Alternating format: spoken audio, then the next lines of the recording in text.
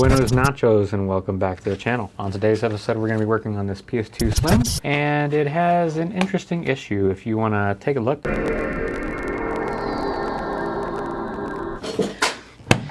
Alright. Seriously?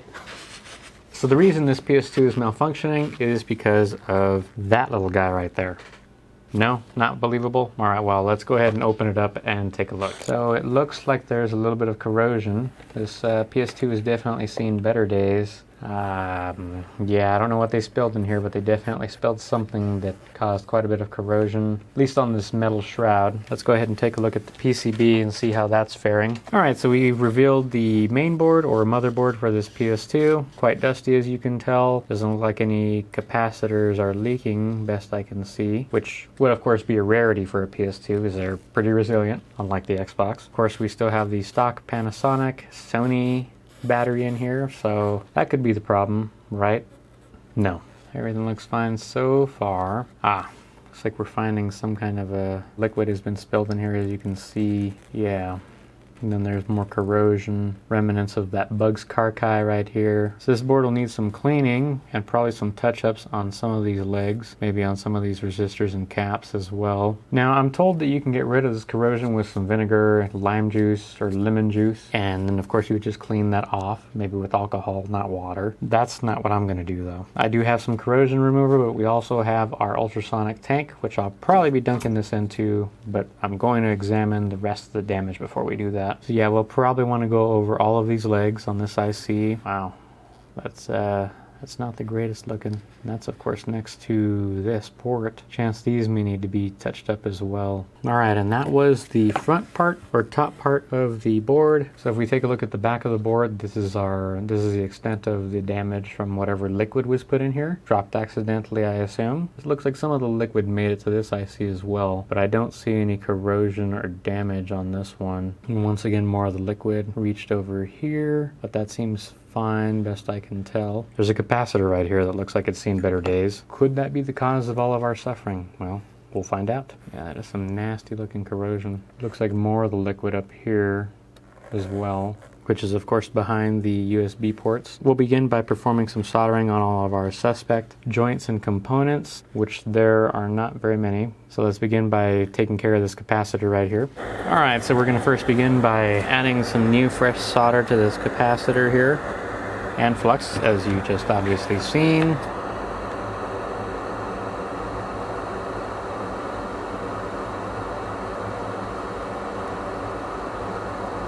Yeah, it definitely looked like it was a little corroded at one point in time.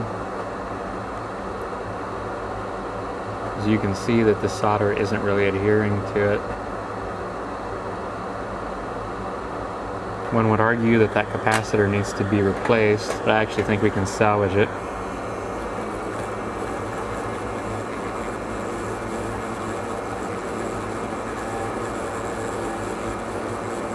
We just used our little mini Dremel, I guess.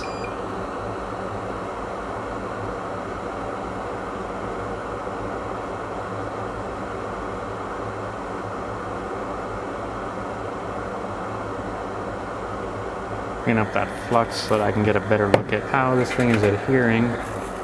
Add a little bit more flux. Well, I guess that'll work. We're hoping that was the issue. No, we'll keep going here. Alright, so now that we have that out of the way, is there anything else that looks questionable? Perhaps this capacitor. So let's go ahead and clean that up. Use our wire end of our brush here. Doesn't look tarnished or discolored or even like it's lost its connection, but we'll touch it up anyway. That should do.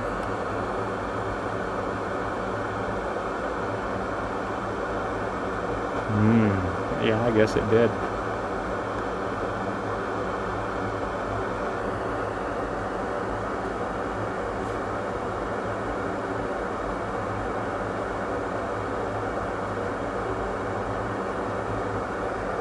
Well, that would have worked, but a little too much solder. So how about this thing? How's that looking? Just go ahead and wipe down this whole section real quick with our metal brush end. We'll add a little bit of flux. course, I say a little, but you already know it's a lot.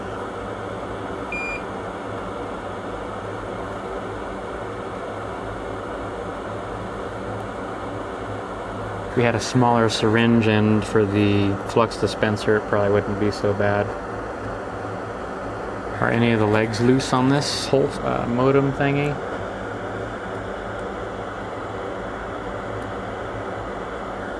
So you definitely don't want to send this out to your customer if they are intending on going online, but why not just do your due diligence, right? Alright, so that's fine. Now we have this thing. Pretty sure this is okay.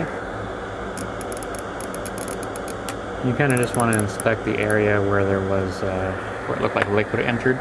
We'll go ahead and clean that off, as well as the other IC that I neglected to take care of. Now we did have a little bit of corrosion next to the controller ports. That's of course just a ground plane, so that's going to be fine. And let's see what these USBs are doing. They don't look that great.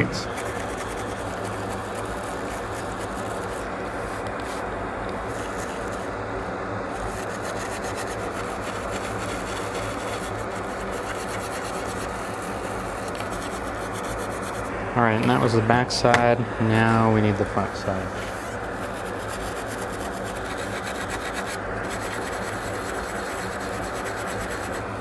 Now at this point we're going to want to resolder this IC over here. I'll use a little bit of compressed air to blow out all this alcohol. Make it a little bit easier for us to solder to.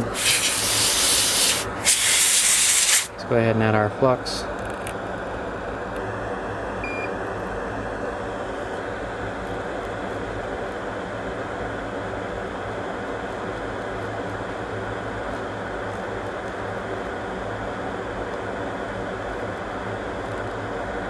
Ooh, took a cap with me. Alright, so we need to put this cap back.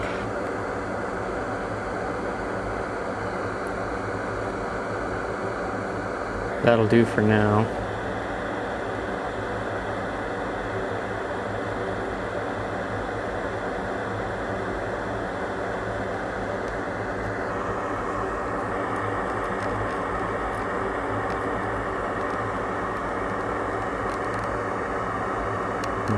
That leg shifted on us a little bit. It doesn't matter, but we'll take care of it.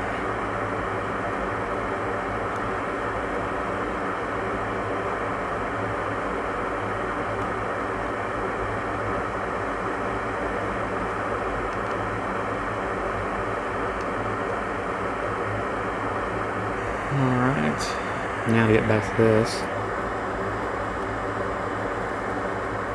Looks like the wick stole our capacitor, but that's fine. At least we know where it's at. Use the other end of the desoldering wick to go ahead and take up the rest of this excess solder.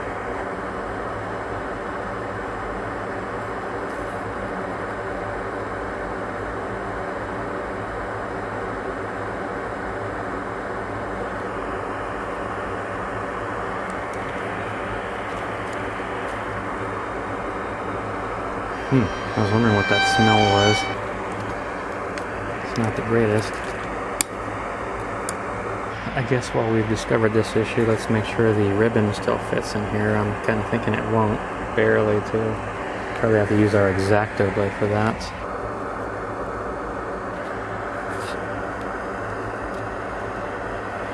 Such a silly mistake to make.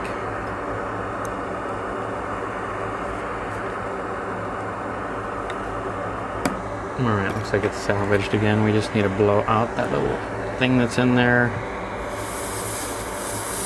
And we got one side, but that's not going to cut it.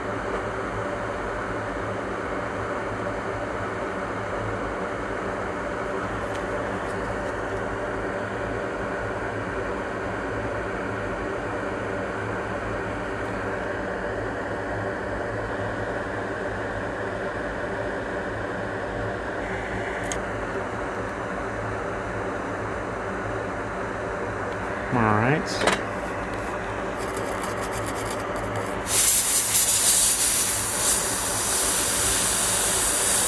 I am very disappointed that happened, but what can you do? The next place we were going to look at is in this area. First, this doesn't look too bad. Let's go ahead and clean this down a little bit more and see what we're looking at.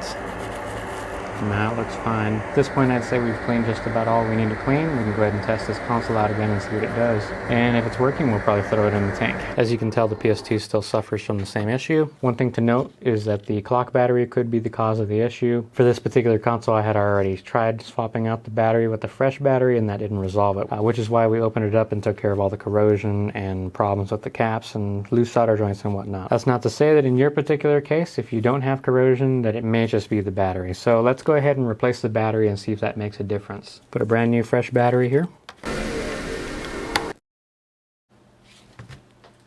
So as you can tell, it's frozen still. So the battery doesn't always take care of that issue. So I did a reboot earlier when the cameras weren't rolling, and it did actually make it past the Sony Computer Entertainment logo, but it's not with the new battery. So we're gonna have to put this in the tank. I'd of course recommend you take out the battery before you put it in the tank. And I'm gonna be using 100% or 99% isopropyl alcohol to do my cleaning.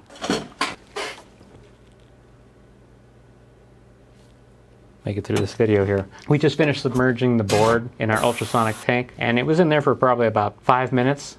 And then after that, we put it on our BJ machine and just kind of let it soak for 2-3 minutes to get rid of the alcohol that was within the board. So essentially a preheat setting, very low temperature. So now let's go ahead and boot this up and see what happens.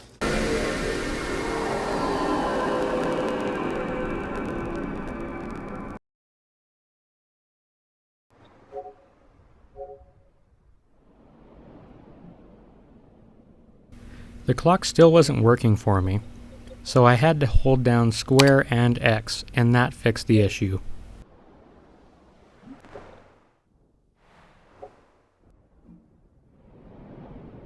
Looks like it's working. If you found this video helpful or useful, please remember to leave us a like and subscribe, and thanks for watching. Until next time.